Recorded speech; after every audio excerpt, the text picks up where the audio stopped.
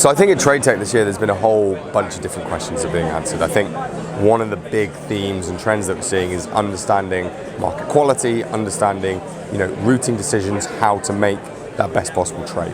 I think that ultimately needs to be driven by data, and that's one of the big things that we've been speaking to a lot of people about, is how do you easily access that data to help you answer questions around best execution, around post-trade analysis, and feeding that into understanding market quality.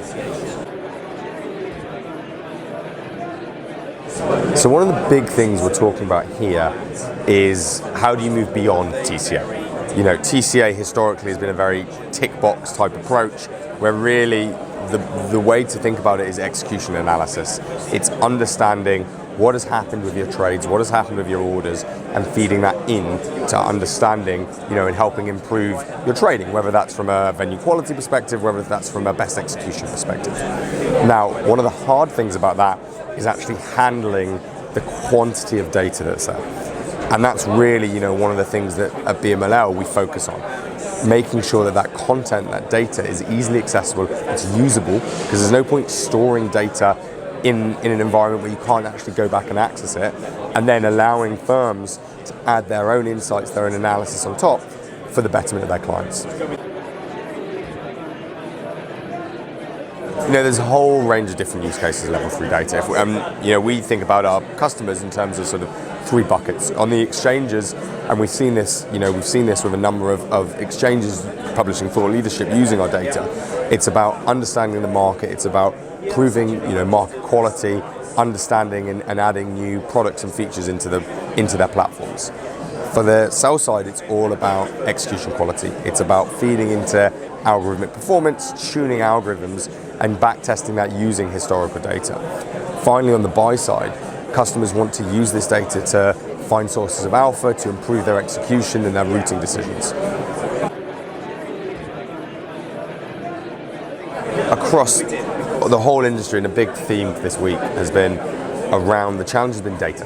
First and foremost, whether it's best execution, whether it's understanding market quality, it's how do you get good, clean data so that as a user, I don't have to spend my time and effort munging, scrubbing, cleaning that data, but can actually go straight into the value add.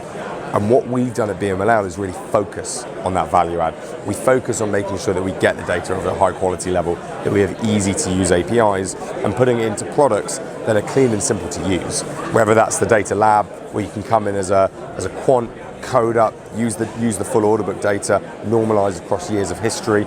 Whether that's the data feed, where you've got pre-canned analytics that are easy and quick to give you an answer about the full order book, or BMLL Vantage, which we launched late last year, which allows you to come in, query, analyze, understand the data without having to touch a line of code. All of that making it simple and easy to use and access data.